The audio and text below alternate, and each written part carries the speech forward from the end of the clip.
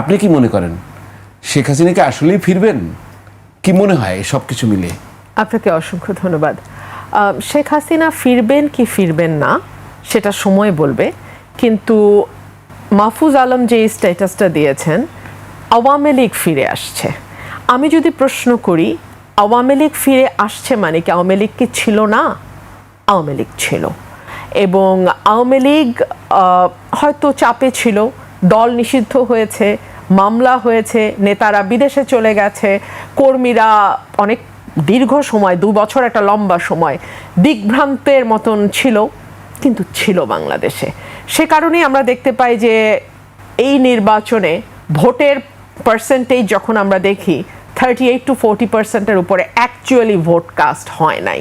So এই যে বাকি মানুষগুলো, তারা কেউ হয়তো আওয়ামী লীগের কর্মী, কেউ হয়তো সমর্থক, কেউ হয়তো ভোটার, তারা মনে করেছে যে এই নির্বাচনে গিয়ে আমার কি লাভ যেখানে আওয়ামী লীগ নাই। সো এই যে আওয়ামী লীগের প্রতি সমর্থন, ভালোবাসা, এটা খুব স্বাভাবিক, কারণ এই দলটি দীর্ঘ সময়ে বাংলাদেশে রাজনীতি করেছে। পাকিস্তান আমলে এই দলটির জন্ম হয়েছে, 70-এর ওপরে বয়স এই দলটির, এবং বাংলাদেশের মুক্তি সংগ্রাম, বাংলাদেশের স্বাধীনতা যুদ্ধ এই দলটির নেতৃত্বে হয়েছে, এবং তারপরে বাংলাদেশে দীর্ঘ সময় আওয়ামী লীগ কখনো সরকারি দলে কখনো বিরোধী দলে থেকেছে। সো আওয়ামী লীগ চলে গেছে, আওয়ামী লীগ হারিয়ে গেছে কথাটি বললে কারো কারো হয়তো ভাল লাগবে, কেউ কেউ হয়তো এক ধরনের আত্মতৃপ্তিও পেতে পারেন, কিন্তু বাস্তবতা হলো আওয়ামী লীগ ছিল এবং আওয়ামী লীগ আছে। আমাদের যেই জায়গাটায় প্রশ্ন যে তাহলে ফিরে আসার কথা কেন বলা হচ্ছে, বা আসিফ নজরুল যেটা বললেন ফিরেছে তাদের দম্ভ, আপনি বললেন ঔদ্ধত্য, ধৃষ্টতা ইত্যাদি ইত্যাদি। আমি যদি পাল্টা প্রশ্ন করি, যখন গত 17 মাস অন্তর্বর্তীকালীন সরকার এবং পরবর্তীতে 3 মাস এই নির্বাচিত বিএনপি সরকার, অর্থাৎ সব মিলিয়ে প্রায় 1.5 বছর 2 বছরের কাছাকাছি সময়টিতে আপনি ন্যূনতম সুশাসন নিশ্চিত করতে পারেন নাই, যখন আপনি একটার পর একটা মব দেখে চোখ বন্ধ করে থেকেছেন, যখন মেয়েদেরকে লাঞ্ছিত হতে দেখেছি এবং আমরা দেখেছি যারা লাঞ্ছনা করছে তাদেরকে ফুলের মালা দিয়ে থানা থেকে বরণ করে নিয়ে আসা হচ্ছে, যখন আমরা দেখেছি ভয়াবহ রকম দক্ষিণ পন্থার উত্থান ঘটেছে গত 2 বছরে, যখন আমরা দেখেছি উগ্রবাদ, মৌলবাদ একটা ভয়াবহ রূপ নিয়েছে, যখন আমরা দেখেছি গত কয়েক মাসে 100-এর উপরে শিশু ধর্ষণের শিকার হয়েছে, যখন আমরা দেখেছি ব্যাংকগুলোতে গ্রাহকরা যাচ্ছে ফিরে আসছে খালি হাতে, চিৎকার করছে ব্যাংকের বাইরে দাঁড়িয়ে যে কেন তারা তাদের সামান্য কিছু সঞ্চয় ব্যাংক থেকে তুলতে পারছে না, তখনই তো আওয়ামী লীগ ফিরে এসছে। দেখুন, একটা সরকার যখন বিদায় হয় এবং আরেকটা নতুন সরকার আসে, মানুষ কিন্তু অবচেতনেই দুটো সরকারের তুলনা প্রতি মুহূর্তে করতে থাকে, যে ওই সরকারটির সময় আমি কি কি সুবিধা পেয়েছি বা কি কি অসুবিধা হয়েছে, এই নতুন সরকারের সময় আমি কেমন অবস্থা ফেস করছি। এই যে যখন মানুষ এই কম্প্যারিজনের মধ্যে যায়, তখন কিন্তু মানুষ অটোমেটিক্যালি তার ভেতরকার যে জাজমেন্ট সেটা দিতে শুরু করে। সো এই জাজমেন্টে যদি মানুষ মনে করে, মেজরিটি যারা কোনো দল করে না, যারা কোনো বিশেষ মতের সমর্থক নয়, তারা কোনো দলের পদে নাই, যারা মন্ত্রী এমপি হবে না, সাধারণ মানুষ, একেবারে সাধারণ মানুষ, তারা যখন এই কম্পেয়ার করে দেখে যে না হয়তো আগের সময় তারা বেটার নিরাপদ বোধ করেছে। আওয়ামী লীগের সময় কিন্তু ভয়াবহ দুর্নীতি হয়েছে হারুন ভাই, কিন্তু সেই দুর্নীতিটা হয়েছে অনেক উপরের পর্যায়ে, মানে মেগা প্রকল্প, মেগা দুর্নীতি। এই দুর্নীতি কিন্তু ওই যেই লোকটা রাস্তায় ফল বিক্রি করে তার ঘাড়ে এসে পড়ে নাই, বা যেই মধ্যবিত্ত দম্পতি বিকালবেলা হয়তো ফুচকা খেতে বের হয়, এটাই তাদের আনন্দ, এইটুকুই তাদের রিক্রিয়েশন। এখন কি মাইক্রো লেভেলে গেছে, সেটাই আমি বলছি যে এখন যেটা হয়েছে, যেই দম্পতি হয়তো 50,000 টাকা ইনকাম করে, একটা বাচ্চা, বিকালবেলা সে যাচ্ছে নাটক দেখতে, মোহাম্মদপুরে বাসা, সে যখন ফেরার সময় ছিনতাইকারীর কবলে পড়ে, এবং যেটা এত রিপিটেডলি হতে থাকে যে ওই এলাকাটাই একটা ভয়ের জোন হয়ে যায়, তখন কিন্তু সে মনে করে আরে আমি তো আগে ভালো ছিলাম, কারণ তার পরিবারে কেউ তো গুম হয় নাই, তার পরিবারে কেউ তো এক্সট্রা জুডিশিয়াল কিলিং এর শিকার হয় না, সে তো রাজনীতি করে না সরাসরি, সে কম্পেয়ার করবে আগের সময় তো আমাকে এভাবে ছিনতাইকারী ধরতো না। কিংবা ধরুন যেই ব্যবসায়ীটা ফুটপাতে ফল বিক্রি করে, আমার বাসায় যে সাহায্য কর্মী থাকে তার 2 ছেলে রাস্তায় ফল বিক্রি করে, তাদেরকে এখন রাস্তায় ফল বিক্রি করতে দেয় না। আগে তারা বলতো যে প্রতিদিন 70 টাকা বা 100 টাকা করে চাঁদা দিয়ে তারা ওই জায়গাটাতে ফল বিক্রি করতে পারতো, কিন্তু এখন চাঁদাও নিচ্ছে না, কেউ বসতেও দিচ্ছে না, বলে এখন তো তাহলে আমরা চলতেই পারবো না। কিন্তু প্রধানমন্ত্রী তো খুব সিরিয়াস, উনি তো রামিসার বাসায় ছুটে গেলেন, ধর্ষণের শিকার এই শিশু, উনি তো এক মাসের মধ্যে বিচারের প্রতিশ্রুতি দিলেন। আবার ওখানে তাদের মন্ত্রীদের কি অবস্থা হলো যদি বলতেন একটু, এখানে কি আমরা রিয়াকশন পাই? দেখুন, আমি আজকে একটা পরিসংখ্যান দেখছিলাম, গত এক মাসে মাদ্রাসায় বলাৎকারের শিকার হয়েছে 100 শিশু। এরপরে যদি আপনি ধর্ষণের পরিসংখ্যানে আসেন, 118 জন শিশু ধর্ষণের শিকার হয়েছে, 47 জন মৃত্যুবরণ করেছে।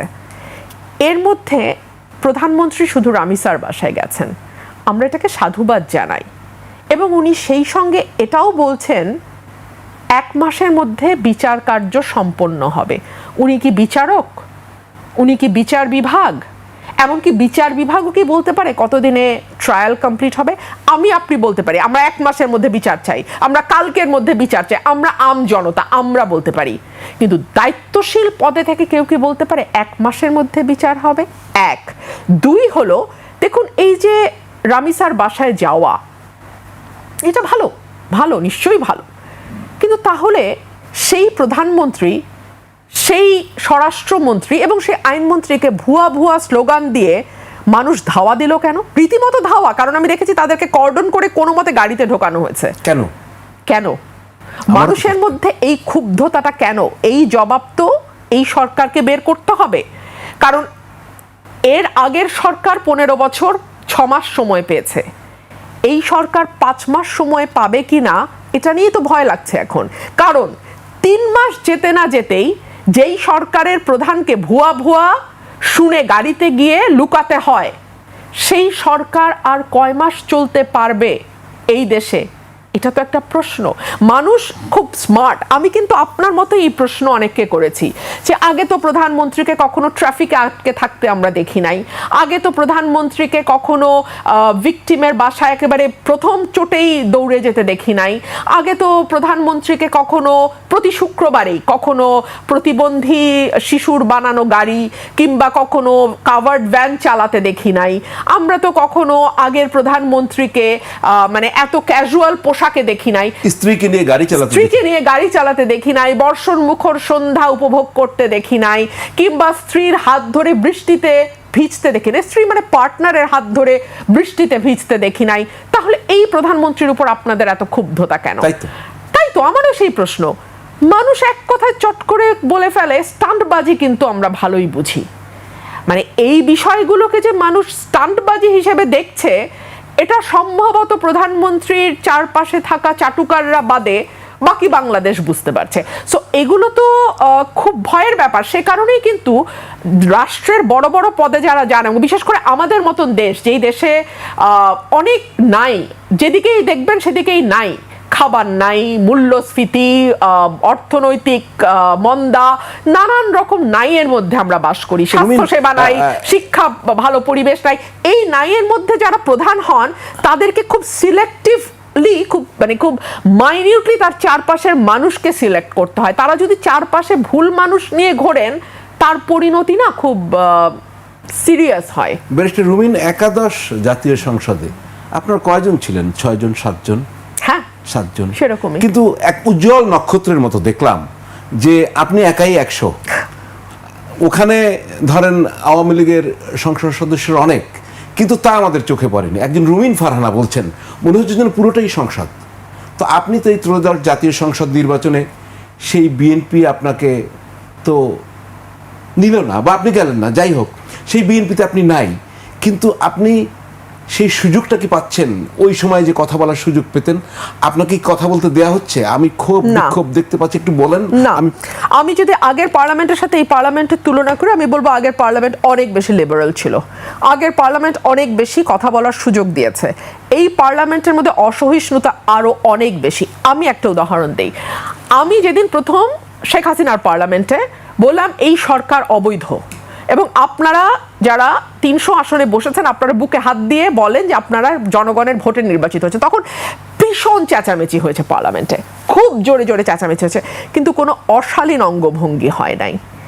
এই পার্লামেন্টে তারেক সাহেব উপস্থিত থাকা অবস্থায় ওনারই এক রো পেছনে বসা, আমি নাম বলবো না, যিনি তার নানান অপকর্মের জন্য সময়ে সময়ে বিখ্যাত হয়েছেন, যার অশালীন টেলিফোন রেকর্ড হাসিনার আমলে ফাঁস হয়েছে, সেই লোক, আমি ভদ্রলোক বলবো না, এমন বিচ্ছিরি অঙ্গভঙ্গি করেছেন যে জামাতের আমিরকে দাঁড়িয়ে সেটার প্রতিবাদ করতে হয়েছে। সো আমি মনে করি যে এই পার্লামেন্টের অসহিষ্ণুতা আগের চেয়ে বেশি। এই পার্লামেন্ট খুব মজা, হাসিনা হয়েছিল 15 বছরে, আওয়ামী লীগ অ্যারোগেন্ট হয়েছিল 15 বছরে। তারপরেও আমি আওয়ামী লীগের লোকদের সঙ্গে তো টকশোতে বসতাম, মন্ত্রী এমপিদের সাথেও বসতাম। আমি এখনকার এমপিদের, দুদিন আগে আমি একটা ক্লিপ দেখছিলাম যেখানে একজন এমপি মঞ্জুরুল আলম পান্না ভাইকে খুব বাজেভাবে করে উনি উঠে গেছেন। তো আমরা তো অনেক ভয়াবহ কথা টকশোতে বলেছি। আমি তো আওয়ামী লীগের কোনো এমপিকে এত অ্যারোগেন্ট দেখি নাই, একজন দুইজন ছাড়া। আমি বিএনপির মধ্যে অ্যারোগেন্স আরো অনেক বেশি দেখি। আমরা একটু দেখি আপনার কথা, ওই ক্লিপটা একটু দেখতে পারবো? যে আপনি কিন্তু কয়েকদিন আগে একটা সেমিনারে বলছেন যে আমরা দীর্ঘদিন দলীয় শাসন দেখেছি, এখনো তার ধারাবাহিকতা চলছে। একটু যদি এই ক্লিপটা দেখি তাহলে আলোচনা শুরু করতে পারি। নো, এটা না, আপনি টু দি পয়েন্ট ক্লিপ দেখান। আমরা এটা না, আমরা দীর্ঘদিন ধরে একদলীয় শাসন দেখেছি, এখনো তার ধারাবাহিকতা চলছে। আমরা আলোচনা করি, এর ভিতরে ক্লিপটা আসলে ওইসে যে একটু দেখি একটু। দীর্ঘদিন একদলীয় শাসন দেখেছি, এখনো তার ধারাবাহিকতা চলছে। তখন বিএনপি জামাতকে খেলার মাঠের বাইরে রেখে একরকম ভাবে সংসদকে সাজানো হয়েছে, এখন আওয়ামী লীগ এবং বাম দলগুলোকে বাইরে রেখে আরেক ভাবে সংসদকে চালানো হচ্ছে। আর না দেখালাম, আপনার আরো বক্তব্য আছে। কেন এরকম মনে করেছেন? মানে এই একদলীয় ব্যবস্থায় চলে গেছে। নাম্বার ওয়ান, আপনি দেখছেন একদলীয় ধারাবাহিকতা। আওয়ামী লীগের প্রসঙ্গ আবার আমাদের চলে আসবে। আওয়ামী লীগকে কীভাবে বাইরে রাখার কি ভিতরে রাখার কোনো সুযোগ ছিল কি না সেটাও আমি জানতে চাই। এই একদলীয় ধারাবাহিকতাটা যদি আমরা বুঝতে চাইতাম আপনার কাছে। আপনি যদি 14, 18, 24-এর 3টা নির্বাচন দেখেন, একটা একদলীয় নির্বাচন, একটা মধ্যরাতের নির্বাচন, একটা ডামি নির্বাচন। এর মধ্যে বিএনপি যেটাতে অংশ নিয়েছিল সেটাতেও বিএনপি মাত্র 6টি আসন পেয়েছে। সো এই নির্বাচনটি যে কোনো নির্বাচনই হয় নাই, এটা আওয়ামী লীগও জানে, আমরা সবাই কম বেশি জানি। সো ওই সংসদে যখন আমি গেলাম 18 সালে, আমার কাছে মনে হলো যে এটা তো আওয়ামী লীগ +1, মানে আওয়ামী লীগ আর জাতীয় পার্টিকে আমার আলাদা দল মনে হয় নাই, মানে আওয়ামী লীগ +1, একটা আওয়ামী লীগ +1, এটা জাতীয় পার্টি যে একটা আলাদা দল, আলাদা সবাই জানে। আমি পরবর্তী ব্যাপারে জানতে চাচ্ছি ওটা। তো ওটার ধারাবাহিকতার পরে যখন আমরা 26-এর ইলেকশন হলো, জি, এখানেও আপনি লক্ষ্য করে দেখবেন বিএনপি +1। মানে আপনি ধরুন 300 জনের একটা সংসদ, ট্রেড এগ্রিমেন্ট নিয়ে আলোচনার জন্য আমি একজন সদস্যকে পাই না, তাহলে এই সংসদটাকে আপনি একদলীয় বলবেন না তো কি বলবেন? 1, 2 হলো বাংলাদেশে হামে 500-র উপরে শিশু মারা গেছে।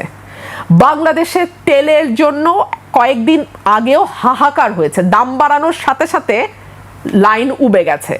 অ্যাজ ইফ তারা তো, সরকার তো বলেছে তেলের মজুদ আছে, মজুদ যদি থাকে তাহলে লাইন কেন হলো সেটার যেমন জবাব নাই, আর যদি মজুদ না থেকে থাকে তাহলে দাম বাড়ানোর সাথে সাথে লাইন কোথায় চলে গেল সেটারও তেমন জবাব নাই। এই প্রশ্নগুলো তুলবার মতন, শক্তভাবে তুলবার মতন, মিউ মিউ করে না, শক্তভাবে তুলবার মতন আমি এনসিপির 2-1 ছাড়া আর কাউকে পেলাম না। আচ্ছা, 3 হলো বিদ্যুতের দাম। সরকার ক্ষমতায় আসতে না আসতেই আবার বাড়ছে বিদ্যুতের দাম। তেলের দাম আর বিদ্যুতের দাম যখন বাড়ে তখন আপনি মনে রাখবেন করলা, বেগুন, ঝিঙ্গা, পটল সব কিছুর দাম বাড়বে, সব কিছুর দাম বাড়বে। আপনি বাজারে যান, আমরা তো কাউরান বাজারের মধ্যেই বসে আছি, গিয়ে পিছনে খবর নেন 100 টাকার নিচে আপনি কোনো সবজি পান কিনা। বহু পরিবার আছে 6 মাস 1 টুকরা মুরগির মাংস খায় নাই, গরুর মাংস তো চোখেই দেখে নাই, বাদ দিলাম। তো এই রকম অবস্থায় যখন আপনি তেল আর বিদ্যুতের দাম বাড়াবেন, মধ্যবিত্তের অবস্থা কি দাঁড়ায়? হাম নিয়ে কি হয়েছিল? আপনি তো কথা বলতে চেয়েছিলেন হাম নিয়ে। হাম নিয়ে কথা যখন বললাম, আমার কাছে মন্ত্রীকে বিরক্ত মনে হয়েছে। এই মন্ত্রী মহোদয় সজ্জন ব্যক্তি, মন্ত্রী হওয়ার আগে ওনার সঙ্গে আমার হর হামেশাই কথাবার্তা হতো। তো মন্ত্রী হওয়ার পর হয়তো উনি আর কি সেই মানে, যাই হোক, মন্ত্রিত্বের তো একটা গরম আছেই। প্রধানমন্ত্রী বলেন না চেয়ার দিয়ে আগুন বেরোয়, তো প্রধানমন্ত্রীর চেয়ার যদি দাউ দাউ করে জ্বলে মন্ত্রীদের চেয়ার যে একটু একটু মানে মাইক্রো ওভেনের কাজ করবে না তা তো না, তো মন্ত্রীদের চেয়ারও একটু একটু মাইক্রো ওভেনের কাজ করে, মন্ত্রীরাও একটু গরম হন। তো উনি খুব একটা কমফোর্টেবল ছিলেন না উত্তর দিতে, আমার মনে হয়েছে, মেবি আই এম রং। তো আমি ওনাকে বললাম, উনি বললেন এত ভয় দেখালে নাকি সবার হাম হবে, মানে রোগাক্রান্ত হয়ে যাবে। তা আমি বললাম আমরা তো সাংসদের সামনে কথা বলি, 300 হামের রুগী নিয়ে না। সো এই যে একটা জবাবদিহিতার ল্যাকিং এবং দোষ চাপানো, এবং ভেরি ইন্টারেস্টিং, দেখেন এই সরকারটি কিন্তু ইউনূস সরকারের একটা প্রলম্বিত অংশ। আমি বলি কেন, আমি এ কারণেই বলছি প্রলম্বিত অংশ। এই সরকার আসার ঠিক 3 দিন আগে ট্রেড এগ্রিমেন্টের মতো একটা ভয়াবহ গোলামির চুক্তি বাংলাদেশে হয়েছে। যেই এগ্রিমেন্টটা নিয়ে ধরেন আমার মতন দুষ্ট লোক এটাকে গোলামির চুক্তি বলতেছে, নিজের পলিটিক্যাল ফিউচারের কথা চিন্তা না করেই বলতেছে। বাকিরা এটা নিয়ে আলোচনা, দুষ্ট না বোকা লোক, বোকা কাম দুষ্ট। কারণ আমার আসলে আমি কখনো আমি আপনাকে এটা সাইডলাইনে আরেকটা কথা বলি, এইবার মন্ত্রী হওয়ার পর দেখলাম প্রতিমন্ত্রীরা প্রধানমন্ত্রী গাড়ির পিছে দৌড়ায়। বেশ, মানে আমি 3টা প্রতিমন্ত্রীকে দেখছি প্রধানমন্ত্রী গাড়ির পিছনে দৌড়াতে। মানে মন্ত্রী হতে হলে যদি আত্মসম্মানবোধ বাদ দিয়ে এখানে নামতে হয়, খোদা যেন আমাকে বাংলাদেশে কোনোদিন মন্ত্রী না করে।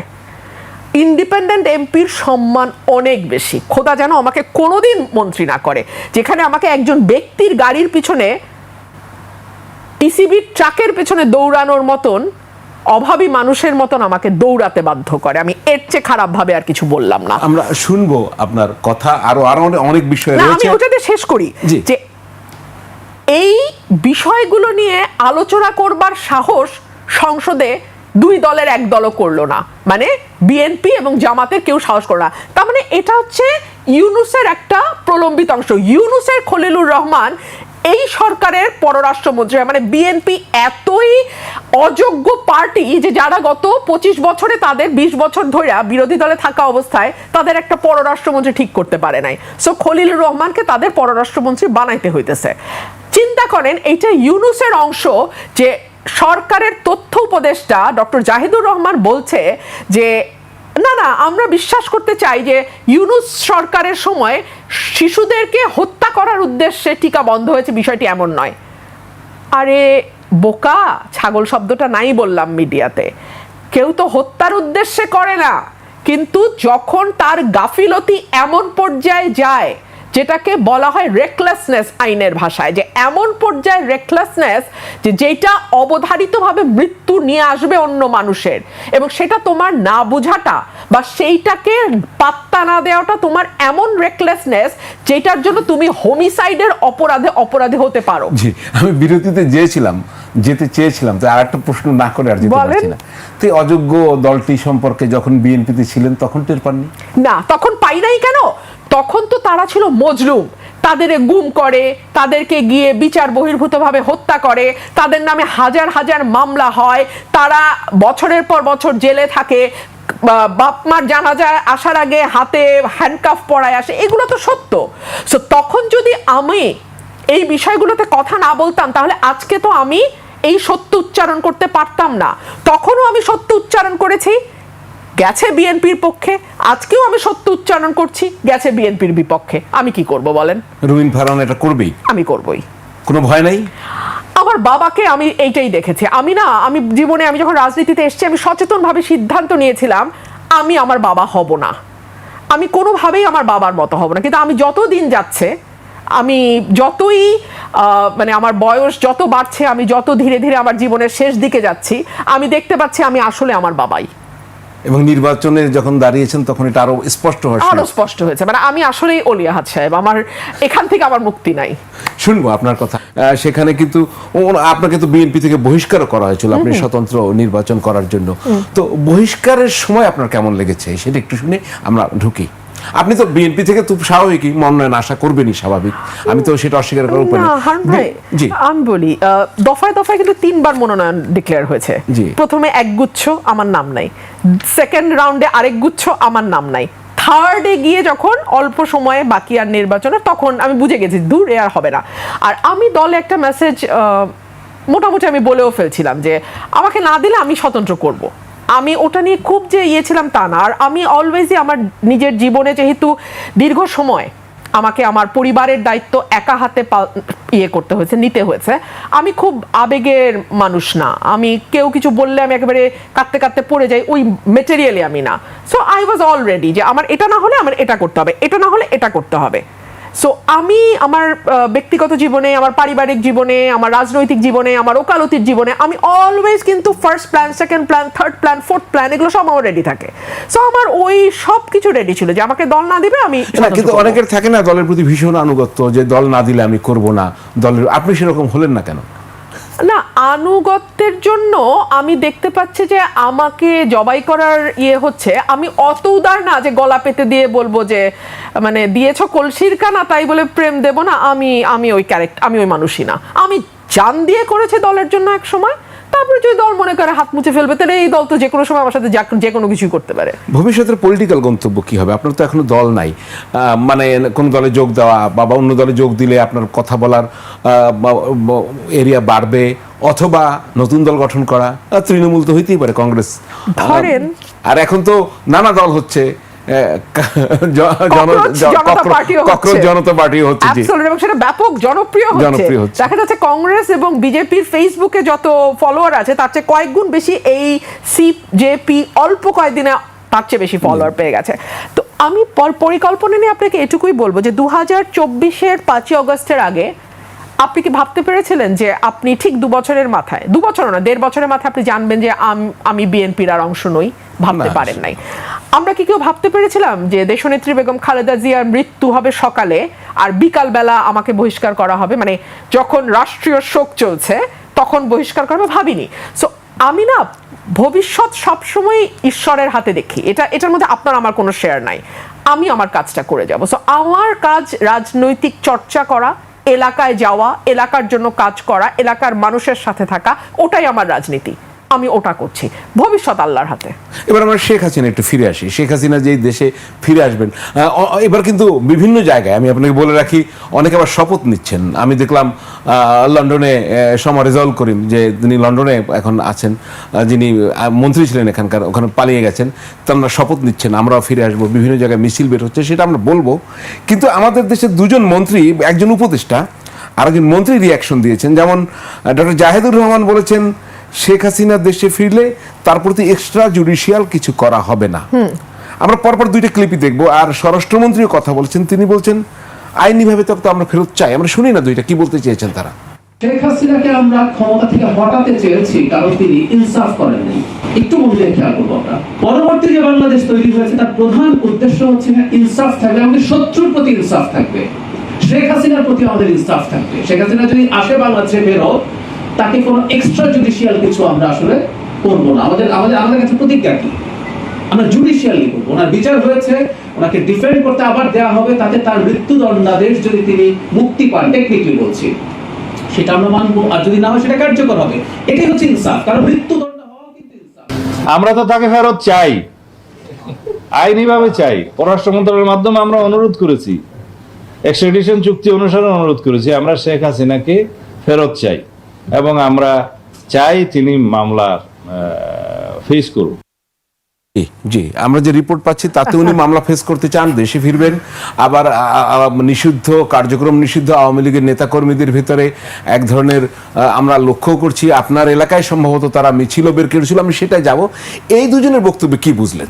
আচ্ছা, জাহিদুর রহমান বলছেন এক্সট্রা জুডিশিয়াল কিছু হবে না। এক্সট্রা জুডিশিয়াল কি? What is extra judicial? Extra judicial বলতে আমরা বুঝি বিচার বহির্ভূত হত্যা, আমরা বুঝি গুম, আমরা বুঝি হেফাজতে নিয়ে নানান রকম নির্যাতন। উনি আসলে কি বোঝাতে চেয়েছেন? What does he mean by extra judicial? 1, 2 হচ্ছে শেখ হাসিনার ট্রায়াল শেষ হয়েছে, মৃত্যুদণ্ড দেয়া হয়েছে, আপিলের সময় শেষ হয়েছে, তাহলে এখন ওনার জুডিশিয়াল জায়গাটা কোথায় আছে? Appellate division? ওনাকে তো ফিরে যদি উনি আসেন, আমি একদম আইনের ছাত্রী হিসেবে এটুকু বলতে পারি, আসার সাথে সাথে ওনাকে কারাগারে যেতে হবে। সেই কারাগার কি প্রস্তুত হয়েছে? আচ্ছা, আইনিভাবে ফেরত চায় বলছে স্বরাষ্ট্রমন্ত্রী।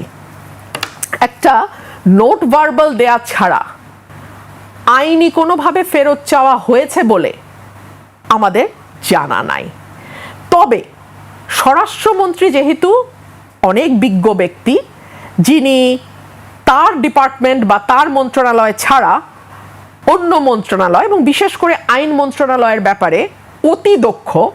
সুতরাং আইনমন্ত্রী যে কথা বলার কথা ছিল সে কথা স্বরাষ্ট্রমন্ত্রী বলছেন যে আইনিভাবে ফেরত চেয়েছি।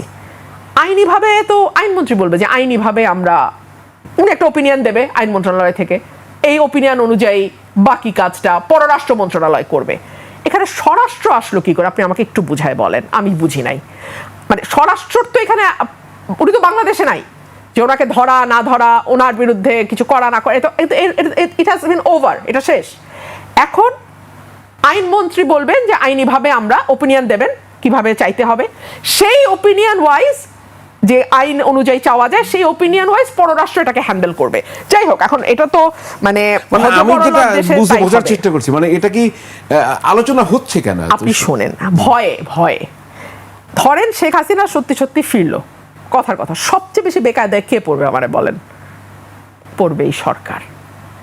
তারা না পারবে এক্সিকিউট করতে ফাঁসি, তখন চারপাশে চিৎকার উঠবে এক দলের যে রায় কার্যকর করা হোক, আর রায় কার্যকরের ন্যূনতম আভাস পেলে আরেক দল যে কিভাবে মাঠে নামবে, এইটা কি এই সরকার বোঝে না? এই সরকার স্টানবাজি করে, এই সরকার বালখিল্যতা করে, এই সরকার চটুল ব্যাপারে মানুষের সদয় দৃষ্টি আকর্ষণ করার চেষ্টা করে, কিন্তু একেবারে এত বোকা তো না যে এই সরকার এটা বুঝে না।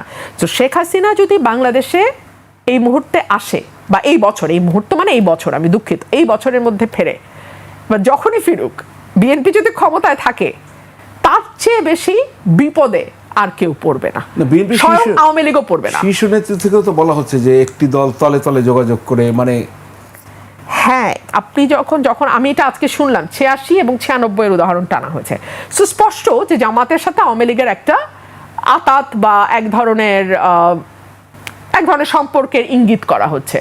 বাংলাদেশে এটাও একটা নতুন ব্যাপার, আজকাল না ভাসুরের নাম কেউ মুখে নেয় না। মানে জামাতের আমির অনেক বদনাম করবে বিএনপির, কিন্তু বিএনপি শব্দটা উনি কিছুতেই বলবে না। আবার একইভাবে বিএনপিও কিন্তু জামাতকে আর এই ইশারায় অনেক কথা বলবে, মানে অনেকটা কি বলবো বলেন, ভাসুরের নাম মুখে নেওয়া যায় না। আর প্রেম হলে টিনেজে যখন একজন আরেকজনের সঙ্গে দেখা হয়, নানান রকম আরে ইশারা ইঙ্গিতে কথা চলে। তো বিএনপি জামাতের সম্পর্কটা এখন অনেকটা ওই রকম, আরে ইশারায়। আর এই ইশারার দরকার নাই, যে কথা উনি বুঝাইতে চাইছেন সেটা হচ্ছে আওয়ামী লীগের সাথে জামাতের একটা ঐক্য হতে যাচ্ছে। হতেই পারে, মানে হলে তো খুব অবাক হওয়ারও কিছু নাই, হতেই পারে ঐক্য। রাজনীতিতে তো শেষ কথা বলে কিছু নাই।